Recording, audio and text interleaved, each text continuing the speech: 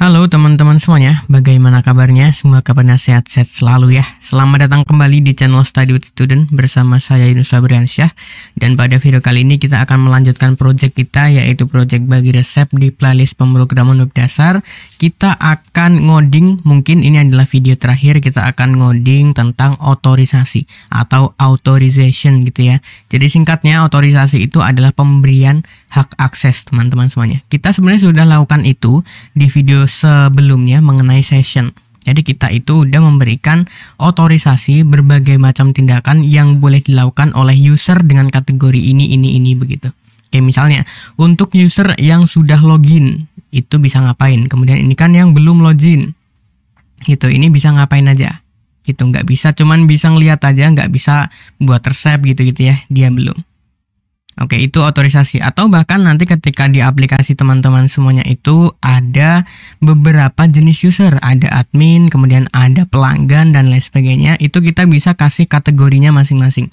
Lalu kita bisa kasih tindakan yang boleh dilakukan oleh masing-masing jenis user tersebut.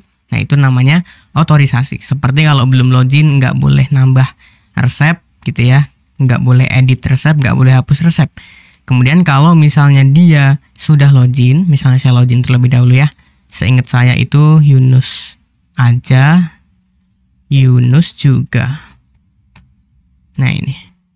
Kalau udah login berarti dia bisa log out, bisa hapus resep dan lain sebagainya. Gitu. Sip ya teman-teman semuanya. Oke, kita di video kali ini akan melakukan otorisasi untuk membagi jenis usernya terlebih dahulu. Gitu. Jadi misalnya di table user itu kan semuanya adalah user atau kreator lah gitu. Nah, kita akan tambahkan satu jenis user lagi, yaitu dia itu admin atau bukan gitu.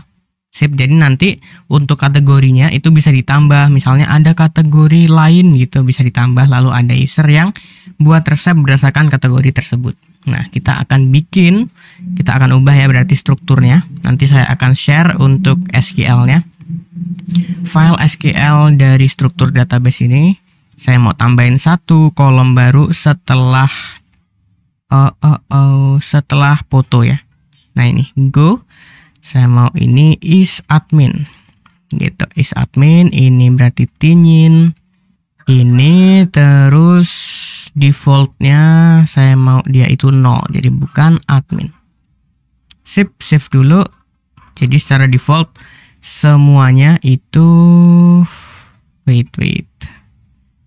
semuanya itu bukan admin ya. Nah, saya mau ubah Yunus jadi admin misalnya 1 gitu. Gini. Nah, berarti kita harus ubah juga di bagian registrasi. Registrasi ini kita harus tambahin satu field baru. Ini ya, insert into. Ini berarti is adminnya 0. Lalu yang berikutnya tuh is aktifnya 1 gitu. Sip, sudah sampai di sini. Oke, kemudian nih saya mau bikin validasi atau otorisasi dia itu admin atau bukan di menu kategori ini. Gitu.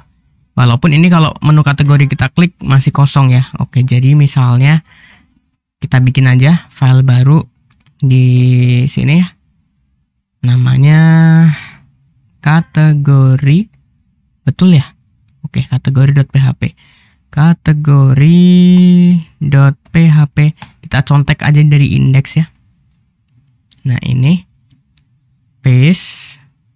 Terus di bagian ini nggak perlu, sama formnya juga nggak perlu. Misalnya sini kategori gitu aja ya. Data kategori. Sip, berarti ini nggak perlu semuanya. Oke, config butuh deh. Nah, gini, gak data kategori. Sip ya. Sip. Jadi nanti mungkin di sini ada menampilkan kategori, bisa ubah kategori, kemudian hapus kategori dan lain sebagainya. Gitu, itu dilakukan oleh admin. Nah, gimana kalau yang mengakses ini kan admin ya, Yunus tadi saya login. Nah, itu boleh akses. Jadi kita kasih validasi di sini. Setelah config aja, berarti validasinya kita akan bikin function di config. Misalnya ini nama functionnya adalah is admin gitu. Nanti pengkondisinya gimana? Berarti if gitu ya. Kalau dia is login. Kalau dia udah login dan is set $_session admin gitu ya, ada admin, maka and if gitu aja dulu, kemudian nanti else return false gitu. Jadi nanti kalau dia login, udah login dan ada session yang namanya admin, oke, maka kita akan cek session yang admin. Jadi if kalau session admin ini nilainya adalah true, oke, maka kita akan return true. Ini boleh nih. Else return false juga. Nah ini. Aman, is admin. Gitu.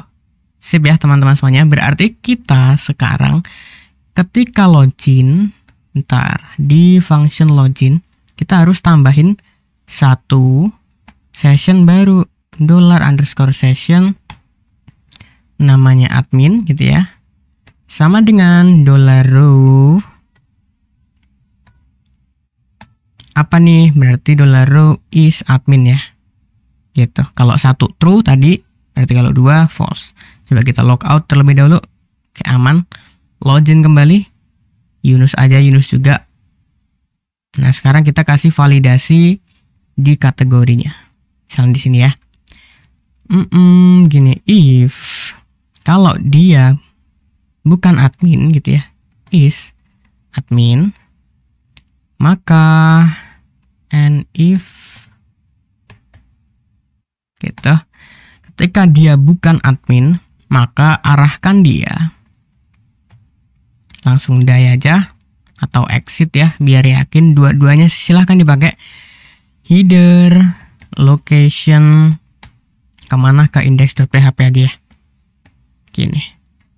Dia admin bukan sekarang. Nah ini admin nih. Saya login dengan yang lain. Misalnya ini ada Siti aja ya. Siti bukan admin. Siti. Ke kategori. Nah ini redirectnya ke sini nih. Nggak masuk. Gitu. Begitu juga kita akan lakukan ini pada navbar ya. Navbar, nah ini kategori nih. Jadi ini PHP, kita akan end dia di sini, PHP-nya. Gitu. Ini kalau dia is admin gitu ya, is_admin. If is admin, maka tampilin nih menunya. And if. Gitu. Kalau nggak ada, nggak usah tampilin. Gitu. Begitupun juga dengan yang ini kemarin ya. Misalnya, kita bisa ubah sama hapus. Ini kan kita bisa arahkan nih, ubahnya ke sini. Oke. Berarti di diubah resep. Oke, selain ini kita hidden, menunya kita hidden. Berarti yang misalnya di logout, nah ini juga kita kasih juga. Gitu. Percuma aja kalau menunya kita hidden tapi dia tahu URL-nya kan gitu ya. Berarti kita harus lakukan 2 kali validasi. Gitu.